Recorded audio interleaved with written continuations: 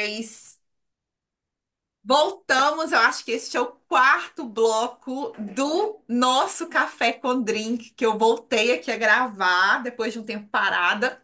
Bom, bem-vindo ao Café com Drink. Meu nome é Thalita, eu sou psicóloga dos gringos. E neste mês de maio, que é o mês da conscientização da doença celíaca, eu, Thalita, psicóloga dos gringos, também celíaca, tô aqui tomando um café preto com a Bárbara Fázio, que é advogada, celíaca há 5 anos. E a Bárbara, ela ajuda e ela é muito ativa. Foi a Bárbara, inclusive, que me colocou aí no grupo dos brasileiros celíacos. Então, a Bárbara, ela é muito ativa nessa comunidade. E por conta disso, eu convidei a Bárbara para tomar esse café com drink comigo e para a gente conversar sobre ser celíaco. Eu aconselho aí todo mundo a ver aí todos os blocos que tá muito interessante para falar sobre essa doença invisível, autoimune, séria e que afeta aí várias pessoas. Vocês vão encontrar a Bárbara no Instagram, arroba Bafásio, Fásio com dois Es, ponto ser celíaco. No textinho embaixo do vídeo eu vou colocar o Instagram dela e aí vocês podem interagir aí com a Bárbara. Bárbara também tá tomando café e eu vi aí que ela tava tomando água, eu imagino, nesse copo todo chiquérrimo aí. Isso! Super discreto. Muito discreto. Bárbara, deixa eu te perguntar. Perguntar assim. É muito comum, né, as doenças autoimunes, como a doença celíaca. Doença celíaca é uma doença autoimune. Elas Sim, vêm com o tempo, elas vão trazer outras doenças também autoimunes, não só doenças não autoimunes, mas também doenças autoimunes. Isso elas trazem com o tempo. sim. E isso é uma das consequências da doença celíaca, né?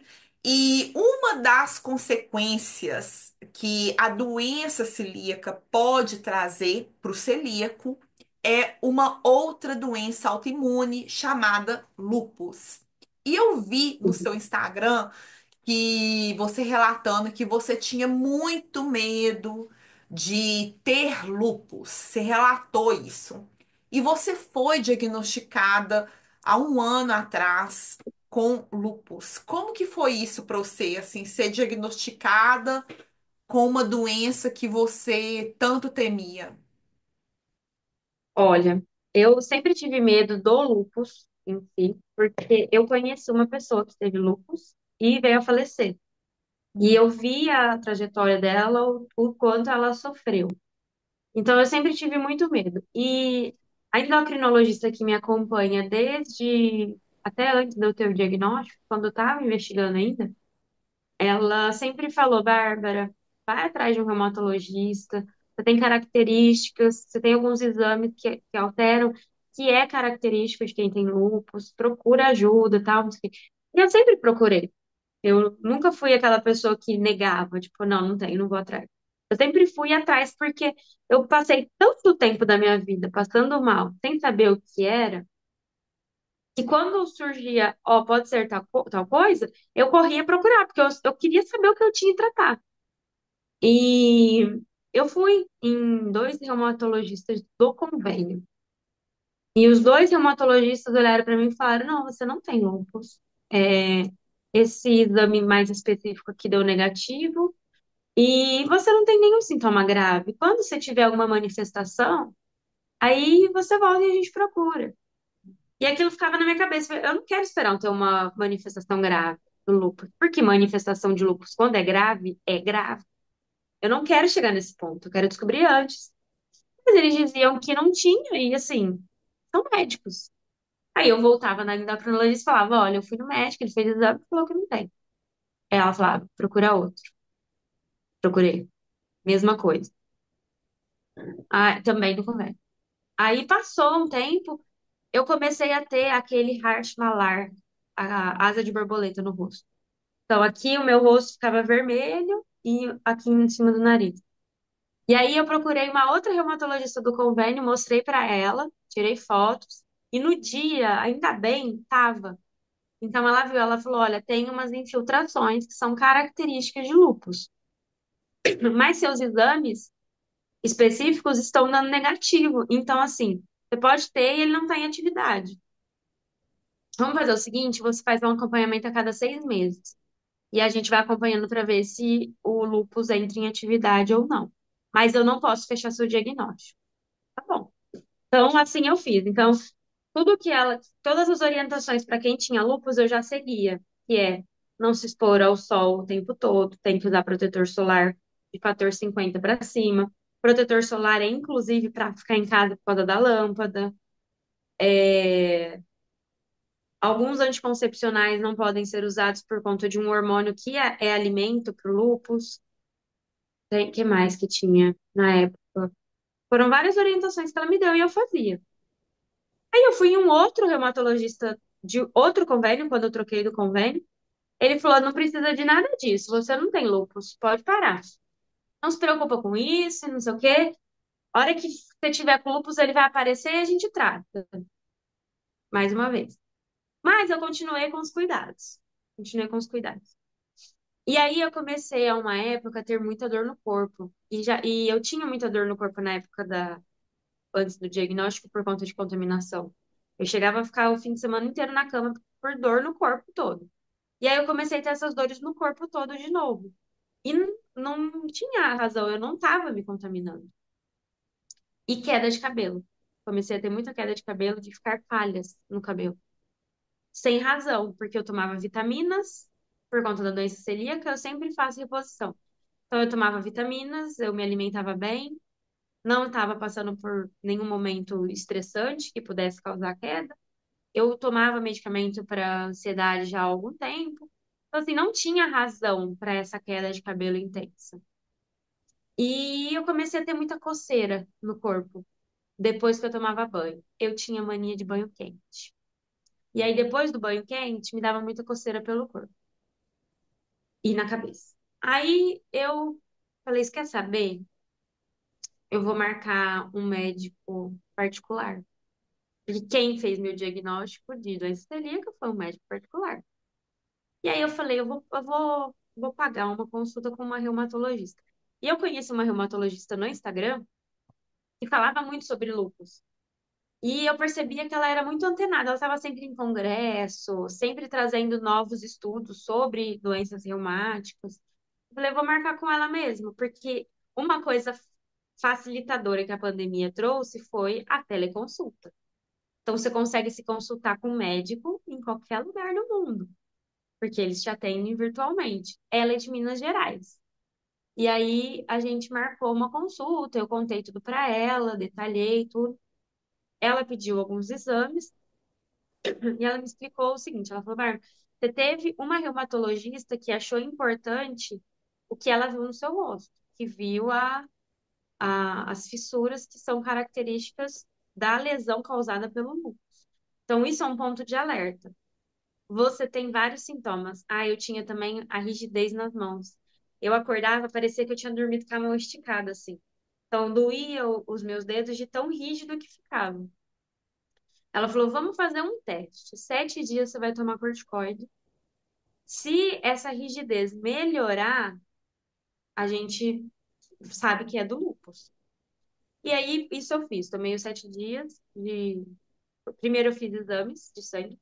Depois comecei a tomar o corticoide. E em 7 dias eu tava ótima. Aí eu voltei, falei pra ela: ó, fiquei ótima depois dos 7 dias e depois voltou tudo.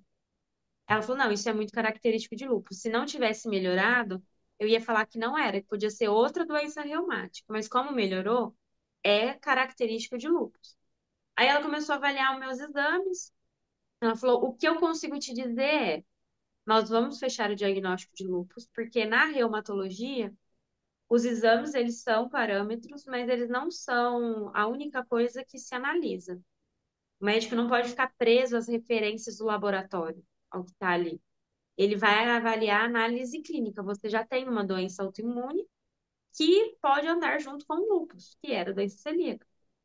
E você tem o Hashimoto, que é aquela asa de borboleta no rosto. Você teve a queda de cabelo intensa, você tem a dor no corpo, a rigidez matinal, que é muito característico de lúpus. Então, nós vamos fechar o diagnóstico de lúpus. Mas o que eu posso te dizer é, não está em atividade, mas você vai precisar tomar cloroquina. Então, eu tomo cloroquina desde então, há um ano e pouquinho já faz. Eu descobri o lúpus 2 dias antes do meu aniversário, foi dia 19 de janeiro de 2024. E aí eu não contei pra ninguém. Eu falei, eu não vou estragar minha festa, vai todo mundo ficar com cara de velório, porque eu descobri mais uma doença. Então eu não contei pra ninguém. E aí ela falou isso e por mais estranho que pareça, eu me senti em paz quando ela falou. Porque eu falei, finalmente eu descobri. Eu descobri antes de ter uma manifestação grave da doença. Então ela tava, eu tenho ele, mas ele tá aqui quietinho. E com a medicação, eu vou conseguir manter ele aqui quietinho. Em algum momento ele pode acordar, mesmo eu usando medicação? Pode. Coisas que podem acontecer na vida de qualquer pessoa. Mas foi algo que me trouxe, assim, uma tranquilidade. Até no dia, eu fui contar para o Rafael, ele olhou para mim e falou: E como que você tá? Eu falei: Ah, tô bem, tô feliz em ter descoberto. Ele falou: Mas não é possível. Eu falei: Não, mas. Falei: É estranho, realmente. Eu achei que eu ia ficar o dia inteiro na depressão. Mas não, para mim foi assim, libertador saber o que eu tinha e saber que a partir daquele momento eu estava sendo bem assistida e estava sendo medicada. E aí foi num período que o ano passado a gente começou a conversar sobre ter filhos, que a gente sempre quis. E eu sabia que por conta da minha condição de saúde, por ter deficiências nutricionais e tudo mais, eu preciso de planejar. Não pode ser algo assim de repente. Tem que ser algo planejado. Então, quando eu tive essa consulta com a reumatologista, eu já conversei com ela e falei, olha, eu pretendo ano que vem, talvez no final do ano, começar a tentar engravidar. Então, eu quero fazer todos os exames que eu puder, porque tudo que eu tiver, eu quero descobrir para não ser pega de surpresa. Porque eu sei que o lúpus, na gestação, ele pode ser reativado, ele pode ter várias complicações, inclusive perda gestacional. E aí, um dos exames que ela pede é um chama anticorpo lúpico. E eu tenho esse anticorpo lúpico, que é mais uma coisa que como fala? Reforça. Que confirma o diagnóstico de lúpus, porque quem não tem lúpus não tem anticorpo lúpico. E eu tenho. E esse anticorpo lúpico pode causar trombose na fase gestacional. Em qualquer fase, mas na fase gestacional é mais agravado, né? Então vou ter que fazer o uso de anticoagulante quando eu for querer engravidar e durante toda a gravidez. E até uma coisa que eu esqueci de contar, que é a parte do nariz. O nariz que me fez procurar a consulta particular. Esqueci dessa parte. Vou voltar um pouquinho. A endocrinologista sempre falou, né, do lúpus, que isso eu já tinha comentado. Mas aconteceu de eu começar a ter muito sangramento no nariz. E aí eu procurei um otorrino, né? Porque nariz, né? Aí cheguei no otorrino, ele colocou uma câmerazinha lá dentro do nariz. Esse era do convênio também. Colocou a câmerazinha no nariz e falou: Bárbara, você tem uma perfuração no septo. Eu falei, uai, mas como assim? Aí ele me mostrou no dia, eu fiquei totalmente impactada. Eu falei, como assim? Tem um buraco no meu nariz?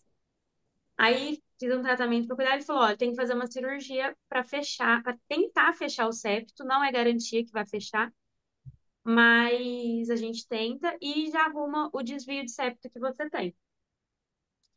Aí eu, tudo bem, fiz exame, fiz tomografia, fiz tudo certinho. Ele marcou a cirurgia para dezembro. E eu comentando com uma prima minha que trabalha no HC, não sei se você conhece o HC aqui do estado de São Paulo, o Hospital Uhum. da Hospital Clínica, que é das Clínicas, referência é. no SUS, tal, é. E aí ela falou, Bárbara, por que que você não tenta fazer a cirurgia pelo SUS? Porque você já realiza o sonho de fazer plástica, porque eles fazem tudo junto. Falei, nossa, é mesmo. Consegui marcar uma consulta até que rápido, antes da cirurgia marcada. E fui na consulta, Pedi os exames, fiz os exames tudo de novo. Voltei na outra consulta, o outro médico que me atendeu falou assim, mas você... tem a parte engraçada, eu vou contar a parte engraçada.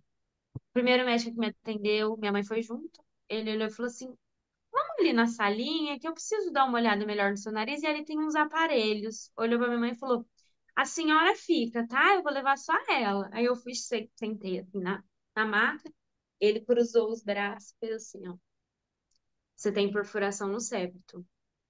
Você usa cocaína? Aí eu olhei pra ele e falei, hã? Por quê? Ele falou, porque o uso de cocaína causa É. perfuração no septo. E eu não fazia ideia. Aí eu comecei a rir, falei, não, pode fazer até um exame toxicológico, eu nunca usei isso, não. Aí ele, não, você precisa me falar. E sério, eu rindo e ele sério. É sério, se você não me falar e eu fizer essa cirurgia, você pode morrer na cirurgia. Eu preciso saber. Sua mãe não vai ficar sabendo. Eu falei, não, eu não uso. Não é esse o problema. E aí, numa outra consulta, ele falou: ó, a gente vai ter que fazer uma biópsia, porque você tem doença autoimune, né? Eu falei: tenho doença celíaca. Então, a perfuração pode ser causada por lúpus. Na hora me deu estralo. Eu falei: meu Deus, a endocrinologista sempre falou do lúpus. Aí eu falei: vou pagar a consulta. Paguei a consulta. Aí foi que eu falei para ela da perfuração, por isso, né, eu fiz a biópsia e tal.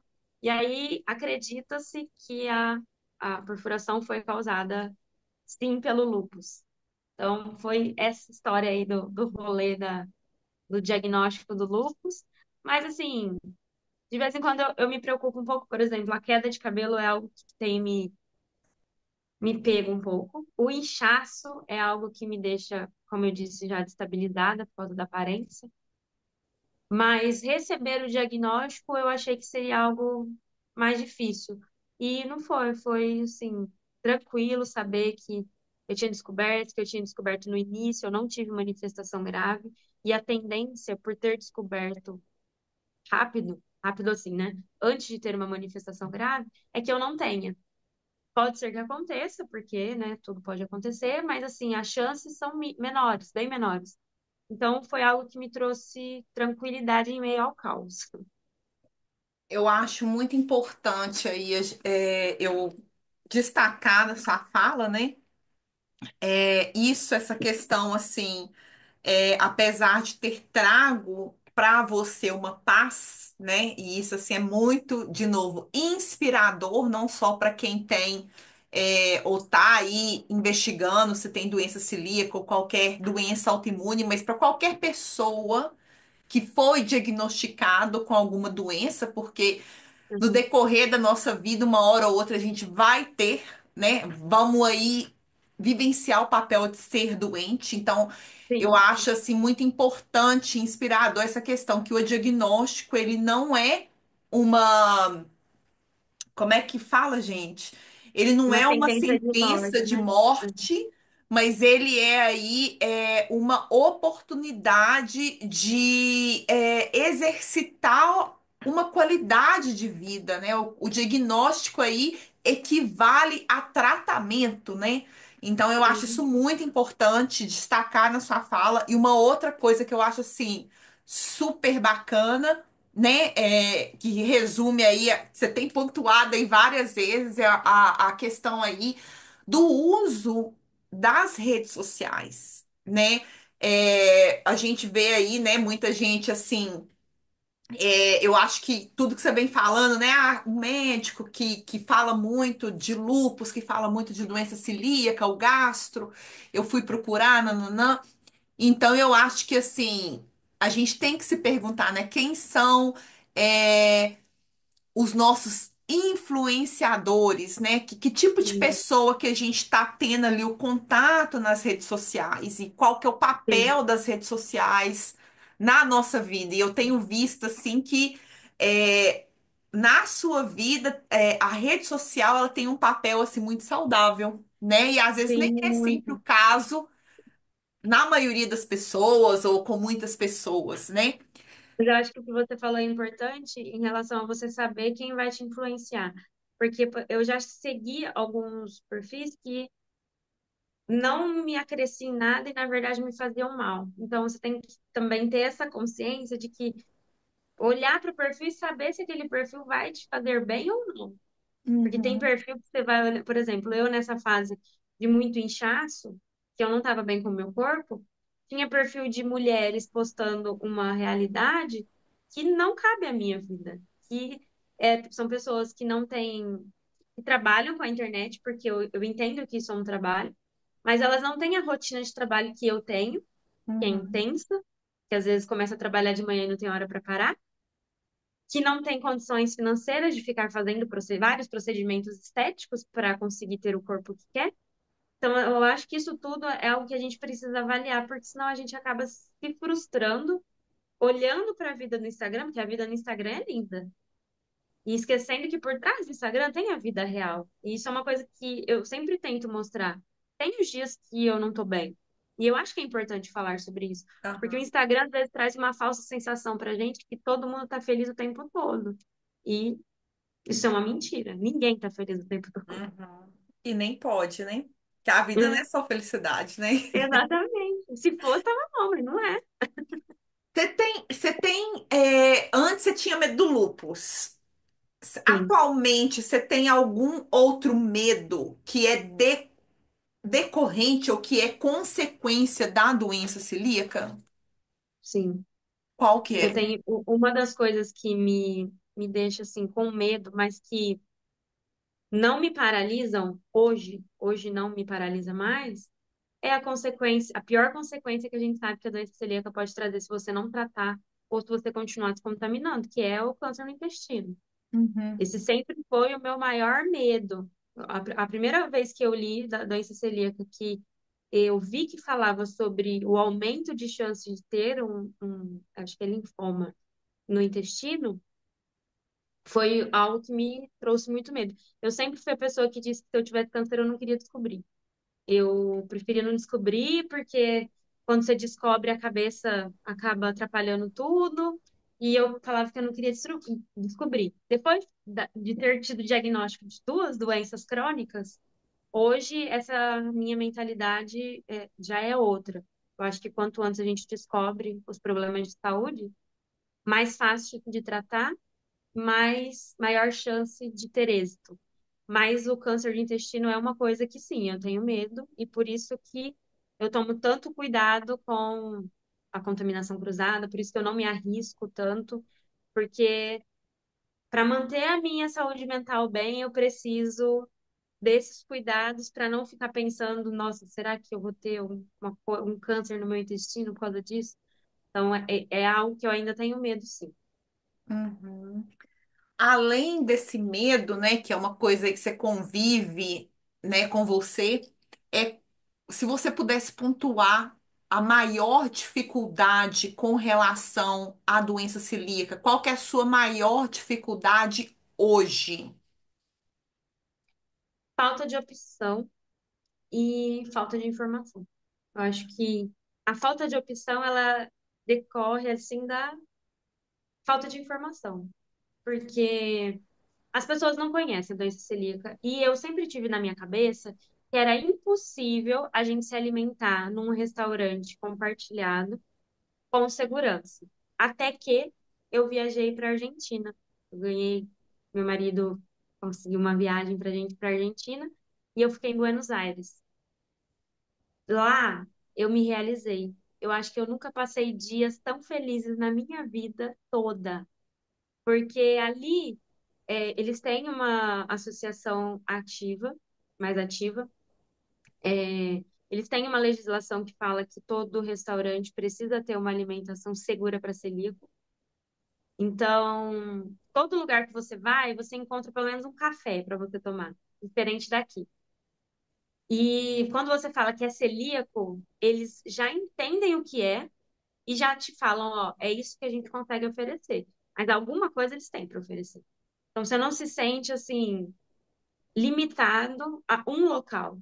Você tem um leque de opções. Você se sente uma pessoa normal. Então, nessa semana que a gente esteve na Argentina, teve um dia que o Rafael queria comer no Clube do Mi- Clube Milanesa, Clube do Milanesa, alguma coisa assim. E aí é um lugar que a hora que eu pus o pé, eu pensei, meu Deus, isso aqui é tomado de farinha, porque é milanesa. Falei, mas vamos ver, né, de qual é que é. Qualquer coisa eu paro em algum lugar e como outra coisa depois. Aí no cardápio mesmo tem uma informação assim, celíacos, sintac. E aí tem a opção. Nesse lugar era uma única opção. E quando eu chamei a moça, eu não estava comendo leite na época, nada com leite. E aí eu chamei a moça, tentei falar do meu jeito portunhol, falei pra ela, olha, tem como tirar o queijo? Eles não chamam de parmegiana, mas era tipo um parmegiana, era um bife empanado com queijo e presunto em cima. Falei, você pode tirar o queijo? Não, a gente não pode mexer. E eu não tava entendendo. Eu falei, ah, então tá, manda aí o que tem, do jeito que tem. Quando chegou, eu entendi. Como eles fazem lá, tudo empanado, eles não conseguem ter uma cozinha com o mínimo de ausência de contaminação cruzada. O que eles fazem? Eles compram uma marmita de um lugar seguro, que essa marmita vem lacrada, eles só aquecem no forno, eles te trazem ela quente, coloca na mesa, quem vai manusear o alimento é você. Você. Então ele é totalmente lacrado, não tem como ter entrado glúten ali. Você consegue tirar e você mesmo se serve. E eles não te fornecem nenhum prato de vidro, porque como lá era tudo tomate de farinha, e eu acredito que eles não tinham aquela máquina, né? Eles devem lavar na mão. Eles te fornecem um prato diferente, e eu acho que é descartável, mais durinho. E é assim que você se alimenta, e você consegue comer com as pessoas que estão ali comendo coisa com glúten, numa tranquilidade e sem custar mais caro. É o mesmo preço do prato que o Rafael comeu com glúten. Então, assim, depois que eu fui lá, a minha mente, ela deu uma... Ela abriu em relação à contaminação cruzada. É possível. Basta ter conhecimento, basta ter informação e basta querer fazer. Não custa mais caro para o dono do restaurante. Ele não vai ter um gasto exorbitante, porque quem vai pagar sou eu, ele vai me repassar os custos.